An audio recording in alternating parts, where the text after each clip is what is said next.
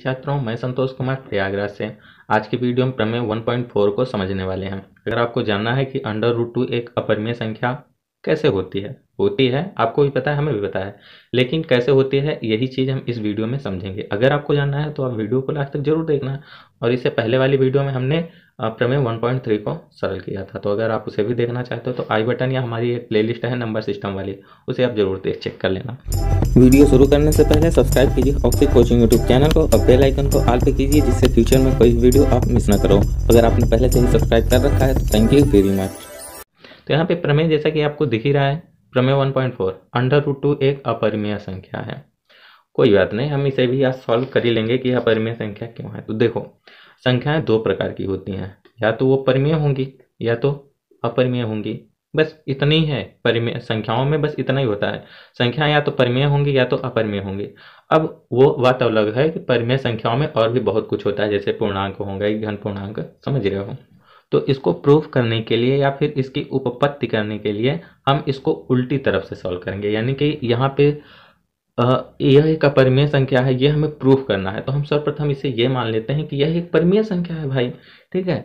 तो अब हम इसे मान लेते हैं कि माना रूट टू एक परिमेय संख्या है, एक परिमेय संख्या है। देखो, इस चीज़ को इसी तरीके से सॉल्व किया जाता है। इस तरीके से जितने भी क्वेश्चन होंगे सब इसी तरीके से सॉल्व किए जाएंगे।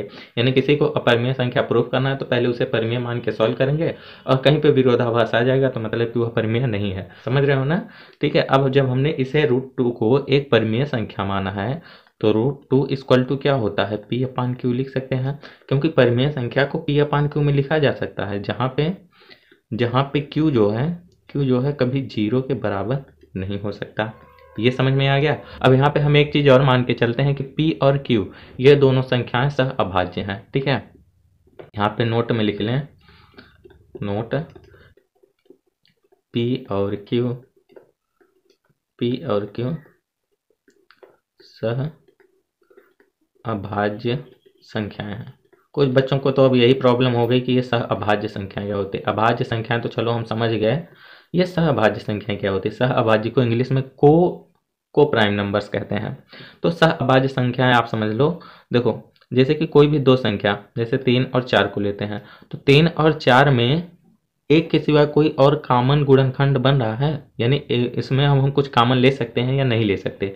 तो कुछ भी कॉमन नहीं ले सकते। वहीं पे देखे 5 और 7 में कुछ कॉमन बन रहा है, कॉमन नहीं बन रहा है। यानी कि कोई भी संख्या कॉमन ना बने, को प्राइम नंबर्स कहलाते हैं या सहभाज्य संख्याएं कहलाती हैं। इसे और डिटेल में समझो तो जैसे कि यहाँ पे 25 और 15 को देखते हैं, तो 25 और 15 क्या ये दोनों संख्याएं सह अभाज्य संख्याएं हैं? तो भैया बिल्कुल भी नहीं, क्योंकि ये जो 25 है ये भी 5 से विभाजित हो रही है, और ये 5 है, ये 15 है, ये भी 5 से विभाजित हो रहा है। तो यानी कि ये दोनों संख्याएं एक ही संख्या से विभाजित हो रही हैं, जबकि ऐसा सह अभाज्य संख्याओं में नहीं होता। ये अगर हम इसे 5 कॉमन ले लें, दोनों में अगर 5 कॉमन ले लें तो इधर आता है 5 और इधर आता है 3, यानी कि अब ये जो 5 और 3, अभी ये जो संख्या है ये सह अभाज्य संख्याएं कह सकते हैं, ठीक है। समझ में आ गया ना, सह अभाज्य संख्याएं किसे कहते हैं?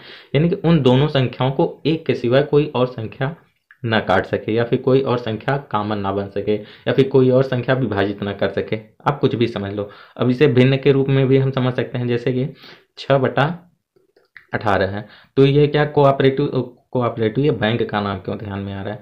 को प्राइम नंबर्स हैं? बिल्कुल भी नहीं है, क्योंकि इसे हम 6 से ये भी संख्या कट रही है 1 हो जाएगी, ये भी संख्या कटेगी तो 3 आ जाएगी। अभी ये जो 1/3 है ये को प्राइम नंबर्स हैं। कंफर्म है ना? चलो, सहभाज्य संख्याएं हैं ये आप समझ गए। फिर आगे करते हैं सॉल्व। यहाँ पे रूट 2 में अब इस क्यू को इधर ट्रांसफर करते हैं, तो रूट 2 क्यू हो जाएगा इक्वल टू पी, यानी P equal to 2 root Q, ये हो गया। अभी करते हैं इसका वर्ग। अब जब दोनों पक्षों का वर्ग करेंगे तो ये 2q² हो जाएगा और इधर p² हो जाएगा। कंफर्म है? अब इस 2 को हम इधर ट्रांसफर करते हैं, तो q² इक्वल टू p²/2 हो जाएगा, p²/2। तो यहाँ पे हमें ये देखने को मिल रहा है कि p² ऐसी संख्या है जिसे 2 विभाजित कर रहा है ना, p²/2। भैया p²/2 लिखा हुआ है, तो मतलब कि ये जो 2 संख्या है वो p को विभाजित कर रहा है। ऐसे आप समझ सकते हो जैसे कि 2 भागे p², ठीक है, शेषफल कुछ भी नहीं बचेगा। कंफर्म है ना, यहाँ पे कुछ भी संख्या आ सकती है लेकिन शेषफल कुछ भी नहीं बचेगा। तो यहाँ से देखने पे हमें क्या पता चलता है कि पी स्क्वायर को 2 विभाजित कर रहा है। ये समझ गए आप। तो यहाँ पे अगर हम लिखें कि पी, यहाँ से यहाँ पर पी स्क्वायर, छोड़ो हम इतनी बड़ी चीज़ें क्या लिखें, आपको हम बता दें। देखो आपको हम ऐसे ही बता दें कि पी स्क्वायर को जब 2 विभाजित कर रहा है और एक प्रमेय है, प्रमेय 1.3, जब आप इसे देखोगे तो यहाँ पे पता चलेगा कि अगर कोई भी संख्या पी स्क्वायर को विभाजित कर रही है तो यानी उस संख्या को भी विभाजित करेगी। तो हमें यह पता चलता है कि यह पी को भी विभाजित करेगा, यानी ये जो 2 है अगर पी स्क्वायर को विभाजित कर रहा है तो पी को भी विभाजित करेगा। कन्फर्म है ना। तो अब इसे हम लिख लेते हैं कि प्रमेय यहीं पे लिख लें, प्रमेय 1.3 से संख्या P 2 से विभाजित है। हिंदी में 2 क्यों आ गया, संख्या P 2 से विभाज्य है, यानी कि विभाज्य है, यानी कि P में हम 2 कॉमन ले सकते हैं। ठीक है, अब 2 से विभाज्य है, अब इसका मतलब कि 2 को हम P में आसानी से भाग दे सकते हैं। भाग देने पे यहाँ पे क्या आएगा ये नहीं पता, लेकिन ये हमें पता है कि इसका शेषफल 0 होगा। अब यहाँ पे कौन सी संख्या आ सकती है हमें पता ही नहीं है कि क्या आएगा, तो हम इसे मान लेते हैं k। तो यहाँ पे k मान लिया, तो यानी कि इस k का मल्टीप्लाई अगर 2 के साथ करें तो ये फिर से P आ जाएगा। जैसे कि आपको भाग का तो नियम पता ही होगा, जैसे कि 25 में आप 5 का भाग देते हैं तो यहाँ पे भी 5 आएगा और इधर 25 कट जाएगा, और इस 5 का मल्टीप्लाई इस 5 के साथ करें तो हमें पुनः 25 मिल जाता है। सेम वही चीज़ को हम यहाँ पे देखेंगे कि 2 में P में अगर 2 का भाग किया तो मान लेते हैं कि K आएगा। ठीक है, तो अगर K आएगा तो इस K का मल्टीप्लाई हम पुनः 2 के साथ करें तो ये P आ जाएगा। तो हम यहाँ पे लिख सकते हैं कि P इक्वल टू 2K, ये लिख सकते हैं ना। आपको कोई कंफ्यूजन या कोई परेशानी तो नहीं होनी चाहिए। चलो अब P इक्वल टू 2 के हमने यहाँ पे लिखा और P इक्वल टू यहाँ पे एक मान मिला है, P इक्वल टू √2Q ये मिला है। तो हम इस P के स्थान पे क्या लिख देंगे, √2Q। ये P के स्थान पे √2Q लिख लिया यहाँ से उठा के। अब इधर इक्वल टू में 2K लिखाइए। ठीक है, अब इसे थोड़ा सा करते हैं ऊपर। अब हम इसे सॉल्व करते हैं, फिर से इन दोनों पक्षों का वर्ग कर लेते हैं। वर्ग करेंगे तो इधर का ये रूट हट जाएगा तो ये होगा 2Q² हो जाएगा। वर्ग करने पे हो जाएगा, कैसे होगा आप वर्ग करके चेक करना। और इधर क्या हो जाएगा 4K², अच्छे से लिख लें, राइटिंग खराब हो रही है, 4K²। ठीक है, इस 2 से इस 4 को काटेंगे तो 2 आएगा, यानी Q² का मान क्या हो गया 2K² हो गया ना, काटने पे। अब इस 2 को हम इधर ट्रांसफर करते हैं, इस 2 को इधर ट्रांसफर करें तो Q²/2 होगा, इक्वल टू में K² होगा। तो यहाँ से हमें ये देखने पता चला कि Q² जो है उसे 2 विभाजित कर रहा है। और जैसा कि हमने आपको ऊपर बताया कि Q² को अगर 2 विभाजित कर रहा है तो भैया ये Q को भी 2 विभाजित करेगा ही करेगा, 2 विभाजित करेगा ही करेगा प्रमेय 1.3 के अनुसार। फिर से बता दें कि अगर आपने प्रमेय 1.3 नहीं देखी तो जाओ ना, आई बटन पे वीडियो की लिंक है, जरूर देखना। तो यहाँ Q² भी 2 से विभाजित करेगा, तो हम यहाँ पे लिख सकते हैं अतः प्रमेय 1.3 से Q भी 2 से विभाजित होगी,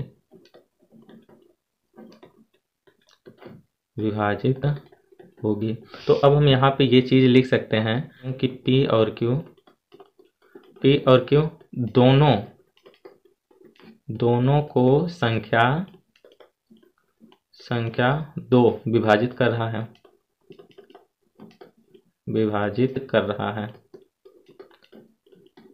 ऊपर जब हमने सॉल्व किया था, देखो हम आपको फिर से दिखा दें कि यहाँ पे हमने देखो Q जो है 2 से विभाजित हो रही है और इससे और ऊपर P जो है 2 से विभाज्य है, तो यानी कि P और Q दोनों 2 से विभाजित हैं। अतः हम ये कह सकते हैं कि P और Q क्या है, यह सहअभाज्य संख्याएं नहीं है। और सहअभाज्य संख्याएं क्या होती है आपको पता ही है। देखो हमने मान के चला था कि ये P और Q सहअभाज्य संख्या है, लेकिन सॉल्व करते करते हमें ये पता चल गया कि ये दोनों संख्याओं को कोई एक कॉमन संख्या विभाजित कर रही है। अतः P और Q सहअभाज्य संख्या नहीं है। तो यहाँ पे क्या हुआ, एक विरोधाभास प्राप्त हुआ।